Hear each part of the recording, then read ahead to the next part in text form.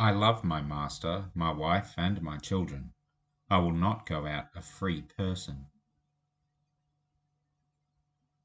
When Jonathan Edwards first began preaching, his words were so powerful that they are believed to have helped kick off the nationwide revival now known as the First Great Awakening.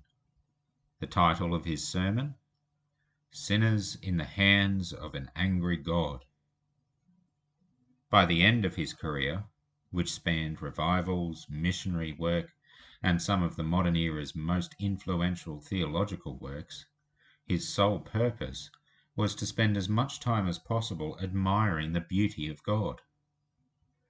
This progression from the stick to the carrot, so vivid in one individual, is repeated time and again in the church, both in institutions and individuals. It raises the question, do we truly love God for who God is?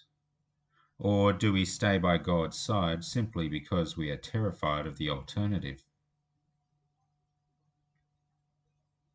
Being an ancient Hebrew slave wasn't the same as being a chattel slave on an American cotton farm, or a South Pacific Islander blackbirded onto a sugarcane field in Queensland. But it wasn't anything like modern day wage slavery either. It was an unwilling occupation, a job forced onto someone through circumstance such as poverty, debt, or crime. God, to make sure no one got carried away with the excitement of owning another human, commanded Hebrew society to allow such people to only live in such a way for a maximum of 6 years.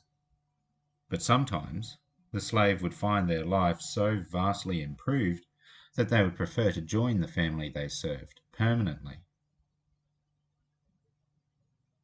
Why do we Christians choose to stay in God's family?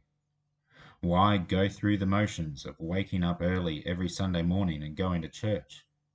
Why go through the spiritual labor of sanctification every day? Are we scared about what will happen if we leave the household of God? Our Heavenly Father bought us at a very high cost, the cost of the blood of His only beloved Son. God seems to think we are worth it, but nonetheless there is the door if you want it. As for me, I love my master, my wife, and my children. I will not go out a free person.